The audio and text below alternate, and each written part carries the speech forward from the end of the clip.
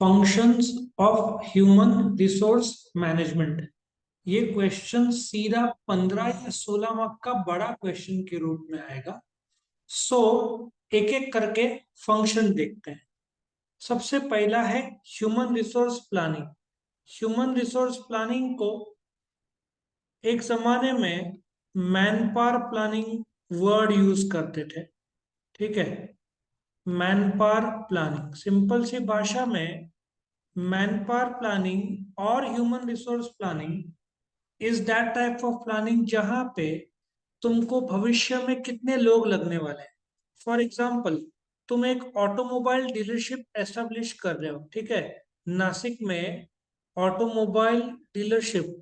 BMW का showroom तुम्हारा अभी चल रहा है 2022, अगला साल है 2023।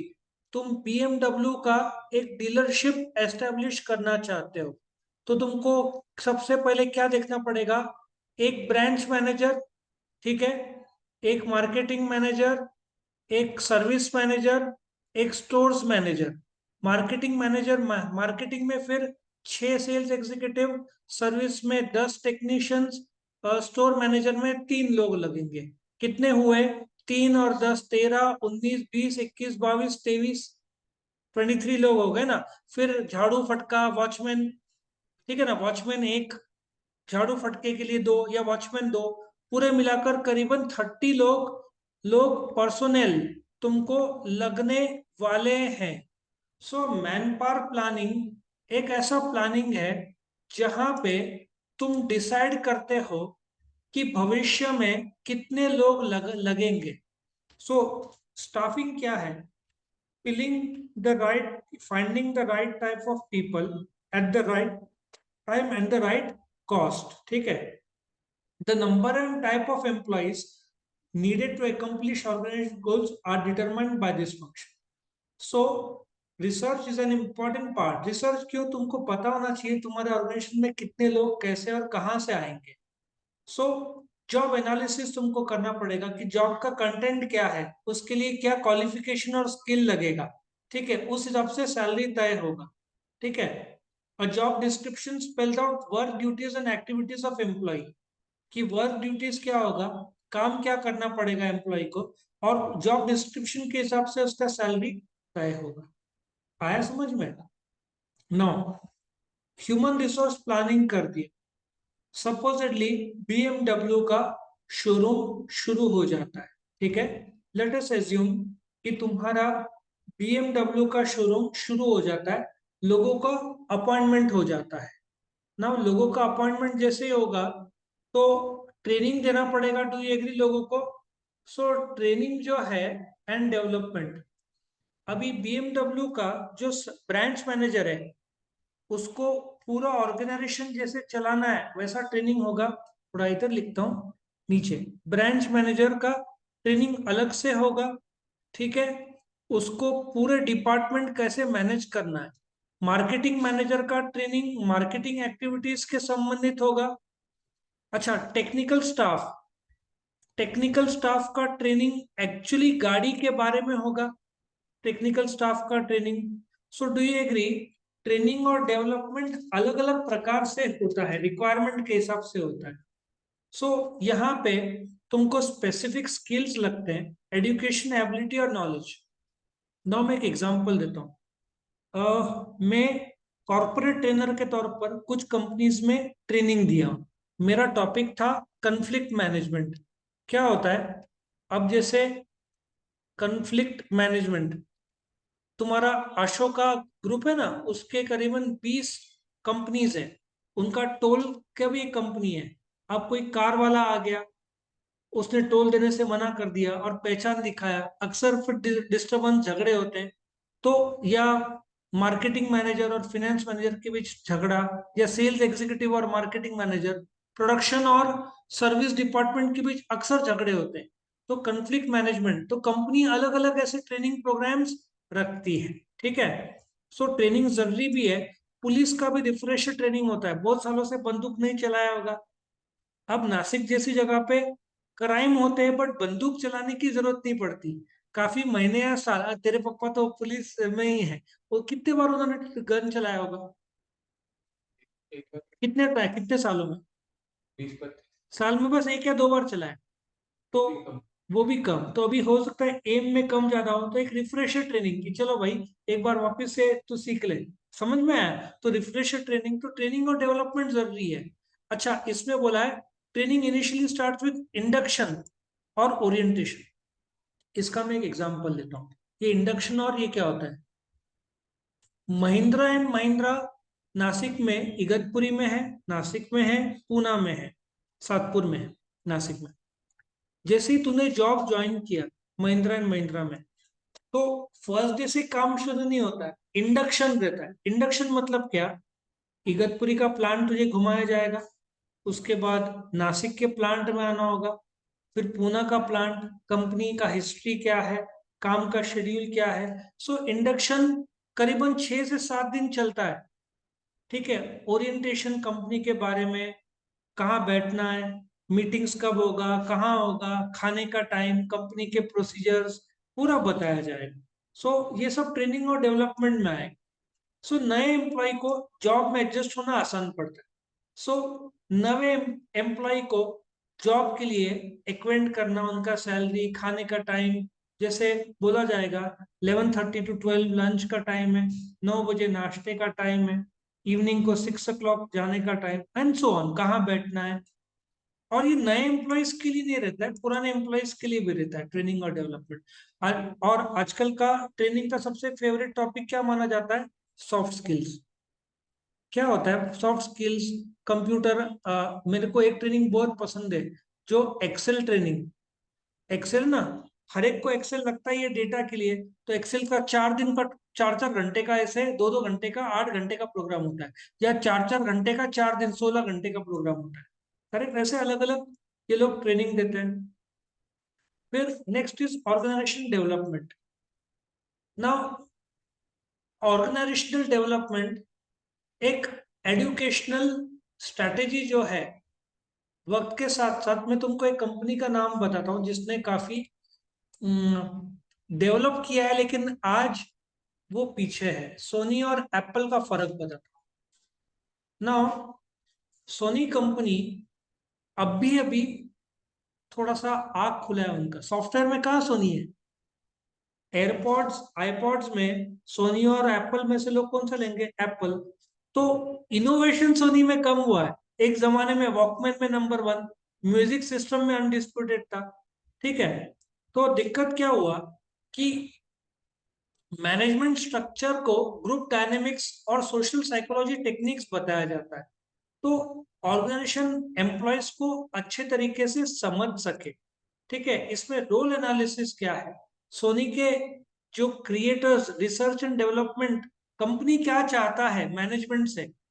दिक्कत यह है कि इसमें सेंसिटिविटी ग्रुप ट्रेनिंग, लोग इतने सेंसिटिव नहीं रहते, तो उनको सेंसिटिव रहना सिखाया जाता है। जैसे एक आदमी को बोला गया, भाई तेरा जॉब खत्म हो गया, आज से मत आ। तो बट ये, उसको हार्ट अटैक आ जाएगा। क्रॉम्पटन ग्रीव्स में ऐसा हुआ था, कंपनी में हार्ट अटैक आ गया था एक एम्प्लॉय को। ठीक है ना, आजकल लोग सेंसिटिव ज्यादा हैं। आजकल पहले बताते हैं कि देखो कंपनी लॉस में जा रही है, कॉस्ट कटिंग के लिए थोड़े लोग कम कर रहे हैं, तो 3 महीने का हम सैलरी दे रहे हैं। ठीक है, तो इसको सेंसिटिव ट्रेनिंग बोलते हैं। तो ऐसे अलग अलग ये आने वाले चैप्टर्स में सब अलग अलग प्रकार का। सो ऑर्गेनाइजेशनल डेवलपमेंट में ये सारे चीजें सिखाए जाते हैं। Next, employ retirement and separation. Now बहुत बार देखा गया है कि रिटायरमेंट पॉलिसीज क्या होता है। पहले तो एक तो कायदे समझो, ग्रेचुइटी पता है ना? तुम्हारा 5 साल क्रॉस हो गया उसके बाद ग्रेचुइटी मिलता है, 5 साल से पहले नहीं। और क्या होता है कि रिटायरमेंट और सेपरेशन का प्लानिंग बहुत जरूरी है। अभी जो ट्विटर में हो रहा है, ट्विटर में, ठीक है, लोग समय से पहले फटाफट छोड़ रहे जॉब। ठीक है, एक तो है कंपलसरी रिटायरमेंट, एम्प्लॉय को बोल दिया जाता है भाई तू कंपलसरी रिटायर हो जा। एक होता है फोर्स रिटायरमेंट, एक प्री मेच्योर या वॉलंटरी रिटायरमेंट। आर्मी में प्री मेच्योर या समय से पहले जो रिटायरमेंट होता है, ये सब लीगली उसके कायदे रहते हैं। सो पहले से प्लान किया जाए तो रिटायरिंग एम्प्लॉय को भी आगे का लाइफ आसानी हो। ठीक है, तो पहले से उसको बताया जाता है कि रिटायरमेंट के टाइम ये पेमेंट किया जाएगा, ये इनकम टैक्स का। सो एक काउंसलिंग प्रकार का बहुत जरूरी है। रिटायरमेंट नॉर्मली बुढ़ापे में 50, 55, 60 के आसपास में। और इसमें एक ट्रेजेडी ऐसा भी रहता है, 45, 50 के बाद आदमी रिजिड हो जाता, फ्लेक्सिबल नहीं रहता। तो उसको समझाने का बहुत जरूरी है, नहीं तो वो बोलते ना, हेल्थ का असर होना। और एक कंपनी बहुत अनुभवी एम्प्लॉय को छोड़ रहा है। ठीक है, तो इसका प्लानिंग बहुत जरूरी है। फोर्स रिटायरमेंट मतलब तुम कंपलसरी लोगों को बोल रहे हो कि भाई नौकरी छोड़ दो या तो हम हड़ताल देंगे, इसको फोर्स रिटायरमेंट बोलते हैं। क्रॉम्पटन ब्रिज में हुआ था 2001 के आसपास, जहाँ पे कुछ एम्प्लॉयज को बोल दिया गया था, या तो हम हड़ताल देंगे या तुम ये कर लो, वॉलंटरी रिटायरमेंट लो। बहुत सारे लोग को मजबूरी। आजकल क्या हो रहा है कि फोर्स रिटायरमेंट के बजाय आजकल कंपनी क्या करती है, एक वॉलंटरी रिटायरमेंट स्कीम लाती है जिसको वीआरएस बोलते हैं। वीआरएस स्कीम में क्या बोलती है कि भाई तुम यदि जॉब छोड़ते हो तो हम तुमको ग्रेचुइटी के अलावा ये रिटायरमेंट का 5 लाख रुपया देंगे, वीआरएस का, या 10 लाख देंगे या 20 लाख देंगे। कंपनी का हर रोज का लंच और दूसरे खर्चे बच जाते हैं, ट्रांसपोर्टेशन कॉस्ट। तो आजकल ना कंपलसरी रिटायरमेंट या फोर्स रिटायरमेंट से ज्यादा वीआरएस, इंडिया में तो वीआरएस ज्यादा चलता है। If you go to America, वहां ट्विटर में तो डायरेक्टली हड़ताल देते हैं, 1, 1.5 महीने का पगार होना चाहिए, वो लोग 3 महीने का देते हो। बट खत्म, एक आदमी पूरा जीवन भर काम किया, खत्म। अच्छा, माइक्रोसॉफ्ट में कटौती हुआ, 1,000 एम्प्लॉयज कम हुए। एप्पल नए एम्प्लॉय हायर नहीं कर रहा है, गूगल में भी नया हायरिंग कम हो रहा होगा। So I hope you understand. Retirement, compulsory retirement, एक आदमी 60 साल का हो गया तो कंपलसरी रिटायर होना पड़ेगा। फोर्स रिटायरमेंट, उसको फोर्स किया जा रहा है तो हकाल देंगे या फोर्स रिटायरमेंट। लेकिन वीआरएस, वो एम्प्लॉय खुद या तो थक गया है या तो एक अच्छा स्कीम लाया कंपनी ने, 10 लाख दे रहे हैं तो वो वीआरएस ले लेता है। मतलब काम कर सकता है बट स्कीम अच्छा है तो छोड़ रहा है। सेपरेशन, ये तो एम्प्लॉयमेंट कॉन्ट्रैक्ट रिजाइन जो ट्विटर में हो रहा है, ट्विटर में डायरेक्टली फोर्स बोलते ना, हकाल दिया। और अभी कुछ हजार लोगों ने एक साथ रिजाइन दे दिया, डिस्चार्ज समय से पहले आउट कर दिया। सस्पेंशन, करप्शन पाया गया तो उसको तुरंत हकाल नहीं सकते, पहले सस्पेंड किया जाता है। ले ऑफ, काम नहीं है तो भाई तेरे को हका, टेम्परेरी 3, 4 महीने के लिए बंद कर रहे हैं, या मशीन खराब हो गया है, बाई चांस काम वापस आया तो बुला लेंगे। ठीक है, तो बट ये सब के लिए काउंसिलिंग जरूरी है और कॉम्पनसेशन जरूरी। नेक्स्ट है परफॉर्मेंस अप्रेजल। परफॉर्मेंस अप्रेजल क्या है? एक प्रकार का सिस्टमेटिक, अभी तुमने 1 साल का एजुकेशन किया, तुम्हारा मार्कशीट आता है, तुम एग्जाम देते हो, मार्कशीट आता है, उस हिसाब से पता चलता है कि तुम्हारा परफॉर्मेंस कैसा रहा है, बराबर है। तो कंपनी में एम्प्लॉयज को प्रमोट करना है या हकालना है या ट्रांसफर करवाना है या इंक्रीमेंट, इंक्रीमेंट में पगार बढ़ाया जाता है। प्रमोशन में एग्जीक्यूटिव को ब्रांच मैनेजर या प्रोजेक्ट मैनेजर बना रहे हैं। ट्रांसफर मतलब सेल्स से हटा के उसको मार्केटिंग में लेकर आ रहे हैं या एक्सपोर्ट इंपोर्ट में डाल रहे हैं। ये सब परफॉर्मेंस अप्रेजल से पता चलता है कि एम्प्लॉय का परफॉर्मेंस पूरे साल में कैसा रहा। इसके बहुत सारे टेक्निक्स हैं, जैसे मैंने बताया, सुपरविजन या ट्रांसफर या प्रमोशन या प्लेसमेंट या जॉब इंक्रीमेंट, पगार बढ़ाना हो, ये सब के लिए उसका जॉब का परफॉर्मेंस चेकिंग जरूरी है। ठीक है, उसके बाद पर्सनल रिसर्च, ये रिसर्च एरिया में आता है कि रिक्रूटमेंट की बायोडाटास, एम्प्लॉय कहाँ से अच्छे तरीके से मिलते हैं। तुमको सीए का एक आर्टिकल चाहिए, जॉब के लिए एक एम्प्लॉय चाहिए, बेस्ट तरीका क्या है? रिसर्च बताता है, तुम न्यूज़पेपर एडवर्टाइजमेंट देने के बजाय कॉलेज में चले जाओ या तो सीए के ऑफिस में चले जाओ, या तो सीए का इंस्टीट्यूट है ना नासिक में, कहाँ, फाउंडेशन, फाउंडेशन जो है, वहां पे चले जाओ, नोटिस बोर्ड में लगवा दो, तो भी पॉसिबल है। तो रिसर्च के काफी सारे जरिए हैं क्यों लोग छोड़ रहे हैं? मार्च अप्रैल के बाद लोग अक्सर जॉब छोड़ते हैं, या फाइनेंशियल ईयर खत्म हुआ ना, तो लीडरशिप का क्यों अभी कैसे है?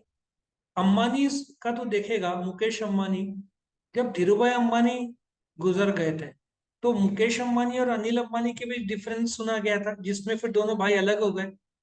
तो मुकेश अंबानी ने अभी क्या किया, अनुभव किया था वो प्रॉब्लम, तो उन्होंने बेटे को एक दे दिया, बेटी को एक दे दिया, ईशा अंबानी, अनंत अंबानी। तो रिसर्च क्या होता है? तुम अलग अलग एरिया में डिस्प्यूट, झगड़े के कारण ढूंढते हो, रिसर्च करते हो, और वो ना हो इसलिए इंप्लीमेंट करते हो। तुमको एक और एग्जांपल देता हूँ। सूरत में आग लगा था, और बहुत सारे एम्प्लॉयज, स्टूडेंट्स कूदे थे बिल्डिंग से, याद है? बहुत सारे स्टूडेंट मरे भी थे एक कोचिंग इंस्टीट्यूट में। अभी क्या हुआ है कि नासिक में लेसन लिया महाराष्ट्र ने, और फायर का जो है ना, वो कंपलसरी कर दिया, फायर एक्सटिंग्विशर। तो ये सब रिसर्च में, ठीक है। करियर प्लानिंग, मैं तुमको करियर प्लानिंग का एक एग्जांपल देता हूँ। एक एम्प्लॉय था आईसीआईसीआई बैंक में, he was a chartered accountant, वो फाइनेंस डिपार्टमेंट में था, बट वो बोलने में उस्ताद था। तो एक बार कंपनी के मैनेजमेंट टीम ने उसको बुलाया, बोला कि हम तेरे साथ करियर प्लानिंग करना चाहते हैं, हमको लगता है कि तू फिनेंस से ज्यादा अच्छा मार्केटिंग में काम कर सकता है, जहाँ पे क्रेडिट कार्ड पे जो स्कीम्स है, ये सब तो अच्छा कर सकता है। तो उसने शिफ्ट किया, उसको पगार बढ़ा कर दिया, आज वो मार्केटिंग में बहुत आगे है, मार्केटिंग मैनेजर बन गया वो। सो बोलने का तात्पर्य है, करियर प्लानिंग में एक एम्प्लॉय से पूछा जाता है तो आगे क्या सोच रहा है, या क्या क्या करना चाहता है। अभी रिलायंस में 2,50,000 एम्प्लॉयज है रिलायंस में, ठीक है, 2,50,000 एम्प्लॉयज है। तो और डिपार्टमेंट्स कितने हैं? रिटेल है, डिजिटल है, रिलायंस, किसी को सेल्स में या रिटेल में नहीं जम रहा है तो डिजिटल में ट्रांसफर कर दो, है ना? कितना आसान तरीका है। उसको इंटरेस्ट इलेक्ट्रॉनिक्स में है तो सेल्स में क्या कर, इसमें क्या कर रहा है, रिटेल में, डिजिटल में चले जा, है ना? और कोई पेट्रोकेमिकल इंजीनियर है तो रिलायंस इंडस्ट्रीज में करेगा, कोई ज्वेलरी का है तो उसको ज्वेलरी में ट्रांसफर करो।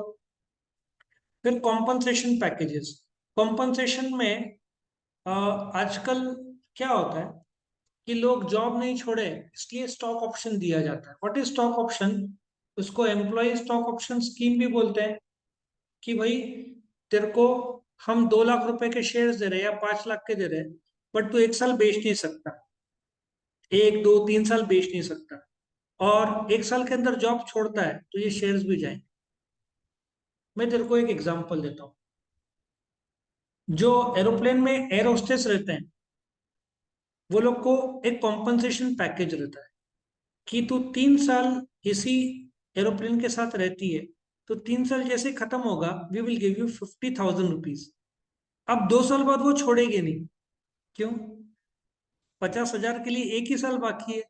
तो इस प्रकार से ये लोग कॉम्पनसेशन पैकेज डिजाइन, डिवाइस करते हैं। तो इससे क्या होता है कि एमसी, एक प्रिंसिपल है, प्रिंसिपल ऑफ रेमुनरेशन। ज्यादा पगार दिया तो कंपनी लॉस में चला जाए, कम पगार दिया तो एम्प्लॉय खुश नहीं रहता है। तो एक ऐसा कॉम्पनसेशन जिसपे दोनों पार्टी खुश, कोई जॉब छोड़ेगा भी नहीं। एक डायमंड कंपनी में यदि एक एम्प्लॉय छोड़ के जाता है, नया आता है, उसको ट्रेन करने के लिए 10 लाख रुपए का खर्चा आता है, तो इतना परोड़ता नहीं है, इसलिए कॉम्पनसेशन पैकेज यहाँ पे अच्छे रहते। फिर लेबर वेलफेयर, लेबर वेलफेयर में उनको जो अलाउंस दिया जाता है बेसिक, मैं तुमको कुछ अलाउंस का नाम बोलूंगा। एक होता है डीए, डीए को महंगाई भत्ता बोलते हैं। क्या बोलते हैं? महंगाई भत्ता, ये दिया जाता है। अच्छा, हैदराबाद बहुत कॉस्टली है, तो सीसीए दिया जाता है, सिटी कॉम्पनसेटरी अलाउंस।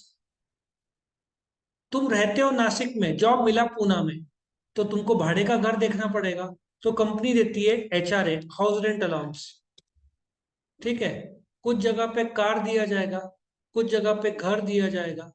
सो ऐसे अलग अलग। अच्छा, फूड फ्री में दिया जाएगा, या कुछ कंपनी बोलेगी हम पूरे महीने 26 दिन, 4 दिन की छुट्टी, हम फ्री में खाना देंगे। 100 रुपए का भी खाना हुआ तो कितना हुआ, 2600। तो उससे तेरे सैलरी से तो 25 या 50 रुपए काट रहे हैं पूरे एक महीने का। ऐसा भी हो सकता है। तो हेल्थ का मेडिक्लेम या मेडिकल रिएम्बर्समेंट, कि तू बिल लेकर आ, तेरे को साल में 20,000 रुपए तक भरपाई हम दे देंगे। फिर उसका इंश्योरेंस, डिजीज, एक्सीडेंट, बेरोजगार, ठीक है ना। जो मिलिट्री या आर्मी में लोग हैं, उनके वाइफ तक को पूरा फ्री रहता है मिलिट्री में, दवाइयाँ, ट्रीटमेंट सब फ्री। अच्छा, ऐसा भी हो सकता है कि कोई एम्प्लॉय का एक्सरे निकालना है, ठीक है, लेकिन वो हॉस्पिटल में नहीं है, खराब है मशीन, तो गवर्नमेंट वाले उसको प्राइवेट में भेजते हैं और पैसा गवर्नमेंट देता है। कितना अच्छा। इसलिए तो लोग आर्मी ये सब जगह जॉब प्रेफर करते हैं। लेबर वेलफेयर वहां पे बहुत अच्छा है, आर्मी वेलफेयर बोलना चाहिए, है ना। इंडस्ट्रियल रिलेशंस, इंडस्ट्रियल रिलेशंस का टॉपिक का इंपॉर्टेंस क्यों है, क्योंकि इंडस्ट्रियल डिस्प्यूट, मैं तुमको एक एग्जांपल दूंगा। मारुति कंपनी में स्ट्राइक हुआ था, एक एम्प्लॉय इटली का, उसको मार दिया गया था। एम्प्लॉय ने एचआर मैनेजर को, एचआर के एक एम्प्लॉय को मार दिया गया था। बजाज में आज से 50 साल पहले स्ट्राइक हुआ था, पुलिस फायरिंग हुआ था, 3 लोग मरे थे। सो इंडस्ट्रियल रिलेशन क्यों जरूरी है। सी, एक फर्क समझो, कंपनी गुस्से में है, कुछ प्रॉब्लम हुआ तो कंपनी बंद करता है, उसको लॉकआउट बोलते हैं कि हम बंद कर रहे हैं। और एम्प्लॉय ने काम करना बंद किया, उसको बोलते हैं स्ट्राइक, ठीक है। तो दोनों में नुकसान, कंपनी प्रॉफिट तो कम हो जाएगा। मारुति एक दिन बंद रहेगा तो उनको 80 करोड़ के ऊपर का घाटा होता है, एक दिन भी बंद रहा तो। इंडस्ट्रियल रिलेशन इसलिए जरूरी है। अच्छा, मारुति में वो आदमी मरा, ठीक है, अभी वापिस से मैनेजमेंट और वर्कर्स के बीच में झगड़े नहीं हुए, डिस्कशंस हुए। वर्कर्स को भी पता था कि आदमी मरा तो पुलिस केस होता है, अरेस्ट हो जाएंगे। कोई तो कंपनी में 100 एम्प्लॉय पर हाईकोर्ट ने 1-1 लाख रुपए का जुर्माना लगाया, एम्प्लॉई पे, एम्प्लॉयर पे नहीं। एम्प्लॉय को भी पता है कि इलीगल कुछ हुआ तो वो लोग भी जवाबदार। तो अभी मारुति कंपनी और मैनेजमेंट और वर्कर्स के बीच में डिसाइड हुआ पिछले साल कि ये सैलरी है, और वर्कर्स ने भी माना। कंपनी ने पगार जो दिया उसमें 4,000 एक्स्ट्रा दिया, बोला कि शांतिपूर्ण सब हो गया तो हमारी तरफ से 4,000 रुपये एक्स्ट्रा। ये सब इंडस्ट्रियल रिलेशंस में आता है। उसमें भी यूनिटी अप्रोच, ये सब आगे आने वाला। रिकॉर्ड कीपिंग, आजकल तो सब रिकॉर्ड कीपिंग इलेक्ट्रॉनिक हो गया है।